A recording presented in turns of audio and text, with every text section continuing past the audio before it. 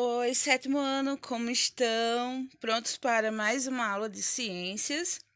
Então, pessoal, nas aulas anteriores, até aqui, vimos o que é calor, o que é temperatura. E só para refrescar a memória de vocês, o calor é uma energia em trânsito que transmite de um corpo com mais energia para o que tem menos energia ou menor energia, ou seja, o que tem mais calor vai acabar transmitindo essa energia para o que está menos quente ou está frio. A temperatura é uma grandeza escalar física que quantifica, mede o nível de agitação das moléculas. E a gente viu que a gente tem que medir a partir de um instrumento que a gente chama de termômetro. Vimos também que a sensação térmica é uma temperatura aparente no qual o nosso sentido da pele percebe quando o ambiente ou algo está quente, frio. Vimos também as escalas de temperatura, que são as escalas termométricas, e observamos que temos três escalas que são mais usadas em todo o mundo, que são as escalas Celsius, Fahrenheit e Kelvin, assim como a gente viu como converter os valores dessas escalas e que elas expressam a mesma coisa com números diferentes no sentido do ponto de fusão e ebulição referente à água. Vamos agora verificar as formas de propagação de calor. E antes de começar a falar sobre como o calor pode ser propagado, a gente vai entender o que é propagação. Então, propagação é a ação ou efeito de propagar, de multiplicar-se. E aí, para começar, a gente deve lembrar que o calor é uma energia em trânsito. Ele vai se propagar de um corpo mais quente para o que é frio, ou que está mais frio, por meio do que chamamos de diferença de temperatura. Lembrando também que essa propagação busca o equilíbrio térmico. Como exemplo, quando a gente coloca uma xícara com café quente e o leite gelado em um mesmo recipiente, ou seja, na mesma xícara, e ambos irão ficar sobre a mesma temperatura, ou seja, eles vão chegar ao equilíbrio térmico. Bom, mas o calor ele tem várias formas de se propagar, ou seja, ele tem formas diferentes de transitar. O primeiro delas vai ser a condução.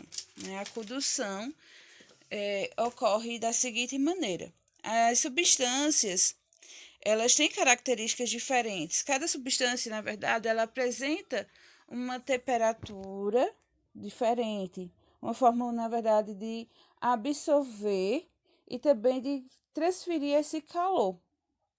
Então, as substâncias têm características distintas quando se trata de propagação de calor. Para fazer um mingau, por exemplo, vai ser melhor usar uma colher de madeira, que a gente conhece como colher de pau, do que uma colher de metal. Por quê? A razão da gente optar pela colher de pau é porque ela não aquece tanto quanto a colher de metal. Mesmo o cabo sendo muitas vezes comprido, quando ele esquenta, acaba ele passando, né? Ele transmitindo esse calor diretamente para a nossa mão e a gente tem a sensação ali de queimar a nossa pele. É diferente quando acontece com a colher de pau, né? A colher de pau, a colher feita de material de madeira, colher de pau, ela demora a ficar mais quente. E isso ocorre porque algumas substâncias elas podem ser tidas como boas condutoras de calor e outras más condutoras. E nesse exemplo da colher de metal e a colher de pau, a gente vai verificar que a colher de metal ela é um bom condutor de calor, e quanto a colher de pau vai ser um má condutor de calor. Em geral, os metais eles são bons condutores de calor, mas a madeira, o poliestireno, a borracha, o papel, a lã, o plástico são isolantes térmicos, ou seja, mal condutores de calor. E essa má condução térmica pode ser verificada quando colocamos as mãos em uma panela com cabo de plástico, retirada do armário onde ela e seu cabo estavam submetidos a uma mesma temperatura. A gente vai reparar que a parte do alumínio parece mais fria do que o cabo de plástico que tem ali na panela. Isso ocorre porque, ao ser tocada, a parte metálica rouba calor mais rapidamente da nossa mão do que do cabo e nos faz ter aí a sensação térmica de que o metal está mais frio. Se colocarmos uma colher de metal em um copo com um pouco de água fervente, rapidamente vamos sentir o cabo da colher esquentar. Como o metal é bom condutor, o calor flui rapidamente de um ponto a outro da colher, e esse processo é denominado de condução, e ocorre sempre que um corpo tem partes em contato com outros corpos com temperaturas diferentes da sua. Então, vamos imaginar aí um corpo A que entra em contato com o corpo B de maior temperatura. Nesse caso, as moléculas do corpo A que estão em contato com o B vão aumentar seu grau de agitação e essa agitação é transmitida para as outras partes do corpo A. Em geral, a condução ocorre em sólido, mas também pode ocorrer em líquidos e gases. E aqui a gente tem outra forma de propagação do calor, ou seja, de como o calor ele é transmitido para o outro corpo, né, para os corpos, que é por meio da convecção. Não sei se vocês já questionaram em algum momento por que os congeladores geralmente são colocados na parte superior das geladeiras. A gente tem um exemplo na primeira imagem, né, da fotografia, do congelador na parte superior. E a gente vai ter a resposta aí para esse tipo de pergunta. Então, o ar que está em contato com o congelador, ele acaba passando a ter uma menor temperatura, ele vai ficar mais frio do que o ar que está no interior da geladeira. Então, no caso desse ar mais frio, que está em contato com o congelador, as moléculas elas ficam mais próximas umas das outras e o ar vai ficar mais concentrado, isto é, ele vai ficar mais denso do que o ar da parte de baixo da geladeira, da parte de baixo, né, da geladeira. Logo, esse ar mais denso, ele vai descer para o interior da geladeira e ocupar o lugar do ar mais quente. E esse ar mais quente, ele acaba subindo para próximo ao congelador, para que assim ele resfrie e retorne novamente. Vai ficar no sistema de circulação aí no interior da geladeira. E nesse processo aqui é formado as correntes de convecção. E essas correntes fazem com que a temperatura dos alimentos da geladeira seja mais homogeneamente distribuída, pois o ar frio ele vai descer, esquentar, ao entrar em contato com os produtos que estão dentro da geladeira, que então vão ser resfriados. E depois ele toma a subir e assim faz o processo novamente. As aves que planam e as pessoas que praticam voo com asa delta costumam usar constantemente as correntes de convecção para facilitar seus movimentos. É só encontrar uma corrente de convecção de subida que lá vão eles para cima. Quando querem descer, eles acabam utilizando as correntes de descida. Desse modo, são movidos pela força do ar em movimento, ou seja, pelas correntes de convecção. E a convecção, ela ocorre também no meio de líquidos e no meio gasoso. Numa panela, acontece esse sistema que a gente está aí vendo, as setas vermelhas indicam o líquido mais quente, que vai estar subindo, e as setas azuis vai estar indicando o líquido mais frio, que vai estar descendo, até que aí chegam a equilíbrio. Nesses exemplos que a gente pode analisar aí no nosso slide, todos eles vão tentar chegar ao que a gente chama de equilíbrio, né? A partir do momento em que as correntes de convecção vão ocorrendo, vai ter que ter um fluxo de energia até que esse sistema ele entre em equilíbrio. E aí a gente tem a irradiação como outra forma também de propagar o calor, ou seja, de ser transferido o calor de um corpo para outro. E diante dos exemplos de transferência de calor, de propagação de calor, como a condução e a convecção, nenhum deles dois, no caso, explica como ocorre a propagação do calor do Sol até a Terra. Então, como é que se propaga esse calor proveniente do Sol na ausência do meio material, que é o espaço sideral? Afinal, depois de ser gerado no Sol, o calor ele percorre uma distância de 150 milhões de quilômetros até atingir a atmosfera terrestre. E essa transmissão do calor do Sol até a Terra ocorre por meio do que a gente chama de radiação, que é um tipo de propagação que ocorre no vácuo, ou seja, independente de ter um meio material, vai estar havendo essa transferência de energia de um corpo para outro. E o Sol é o principal, fonte de calor para a Terra, e é graças ao Sol que a gente consegue ter a vida aqui. É por isso que a gente vai ter o processo de fotossíntese realizado pelas plantas, que a gente vai encontrar água nos 3 estados físicos, em ambientes que permita a água a ficar no estado líquido, em contato com esse calor, outros mesmo com o calor, na ausência desse calor, na verdade, porque o Sol ele não chega na mesma proporção, a irradiação não chega na mesma proporção em todos os lugares do planeta, por conta do seu eixo, a inclinação do seu eixo. Então, nos ambientes que permite que esse calor chegue, a água também a gente vai encontrar água no estado líquido. E isso é muito importante para a manutenção da vida aqui no nosso planeta. E a irradiação, ela também pode ser verificada ao esquentar as mãos no calor irradiado de uma fogueira, no alimento que é assado pelo calor irradiado, da chama do fogão ou no calor que sente ao ser irradiado por uma lâmpada. Então, a irradiação ela ocorre não só do Sol até a Terra, mas a gente vai verificar em situações do nosso cotidiano que aí a gente vai esquentar a nossa mão sem estar pegando ali na madeira que está em chamas da fogueira. As ondas de calor vão chegar até as nossas mãos e aquecer, ou seja, por meio do vácuo, sem ocorrer ali um contato com o material.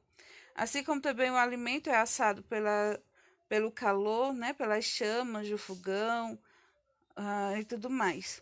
Assim como a lâmpada também, ela transfere, ela proporciona essa irradiação.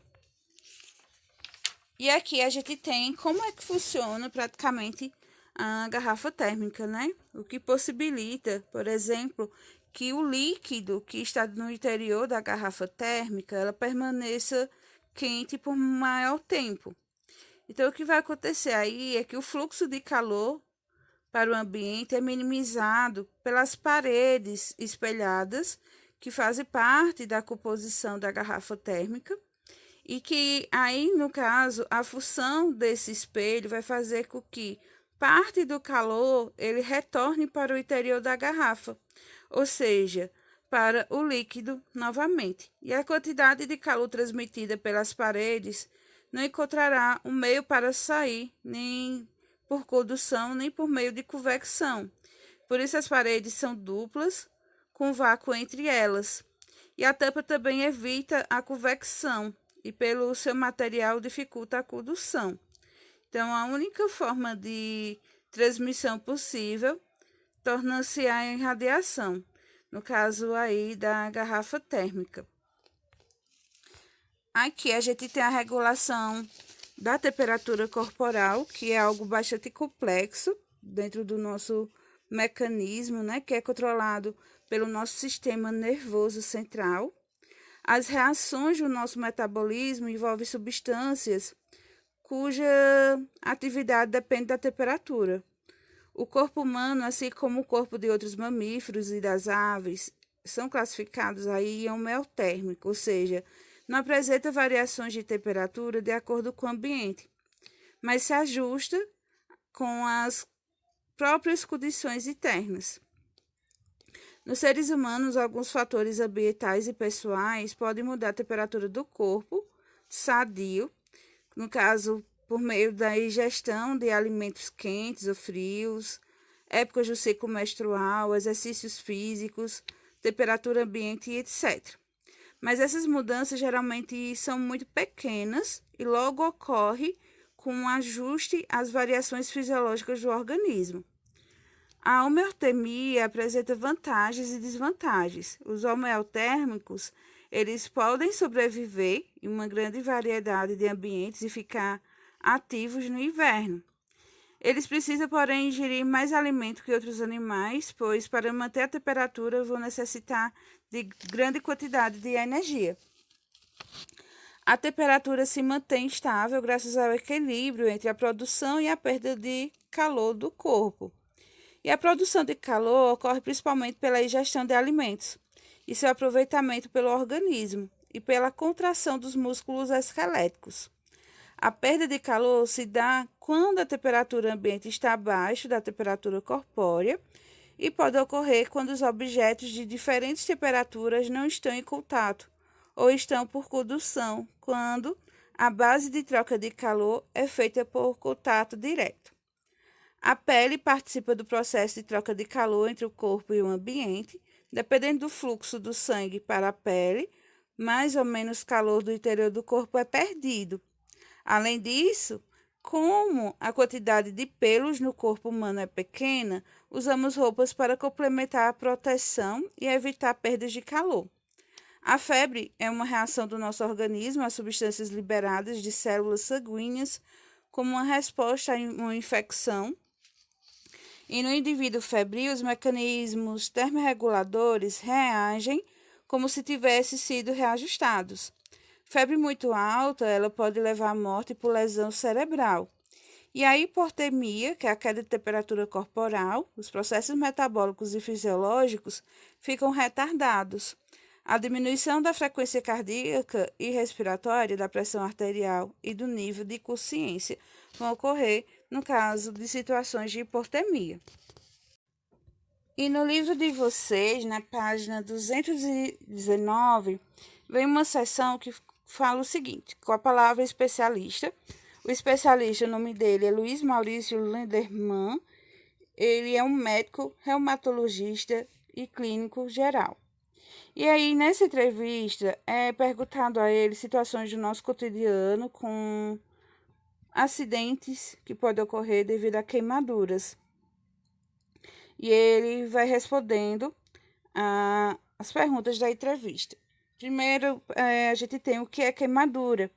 E ele responde que é uma lesão em qualquer parte do corpo causada por agentes físicos, como eletricidade, calor e etc. Ou então agentes químicos, como os ácidos. E é perguntado também quais são os tipos de queimaduras. E ele responde que existem 3 tipos de queimaduras. As queimaduras térmicas, que são provocadas por fontes de calor, como fogo, líquidos ferventes, vapores, objetos quentes e excesso de exposição ao sol. E as queimaduras químicas, provocadas por substância química em contato com a pele, ou mesmo através das roupas. E as queimaduras por eletricidade, que vão ser provocadas por meio de descargas elétricas. A próxima pergunta feita para ele foi o que significa dizer que existem queimaduras de diferentes graus. Ele vai destacar que as queimaduras de primeiro grau são as mais superficiais, que a pele vai ficar avermelhada, inchada e dolorida. Já de segundo grau são mais profundas, vão atingir tecidos da pele, como a epiderme e a parte da derme. Aparecem bolhas e são muito dolorosas. E a de terceiro grau atingem não só apenas a pele, como os tecidos mais internos. Com a carbonização de tecidos, eles ficam pretos. E devido à destruição das terminações nervosas, apesar de ser uma queimadura mais grave, há relativamente menor dor. É bom lembrar que num acidente pode haver mais de um tipo de queimadura na mesma pessoa, e o que mais é importante verificar é a profundidade e a extensão da lesão. Então, nesse tipo de queimadura de terceiro grau, a pessoa não vai sentir dor por conta que atinge os nervos, tá? mas isso não significa que não seja tão grave. A recuperação vai ser mais demorosa, né? Vai levar mais tempo. A próxima pergunta direcionada a Luiz Maurício é: o que não devemos fazer em caso de queimaduras? E ele diz que não devemos colocar pomadas, cremes, urgentos, manteiga, borra de café, clara de ovo ou pasta de dente nas lesões. Não furar as bolhas, não colocar gelo, não retirar roupas ou objetos que estejam aderidos ou colados à queimadura. Isso é o que a gente não pode fazer.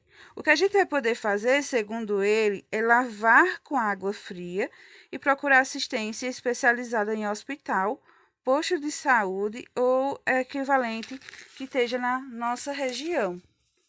Então, a gente agora já sabe a diferença de queimaduras de primeiro, segundo e terceiro grau, assim como também o que podemos fazer ou não em caso de queimadura, tá certo?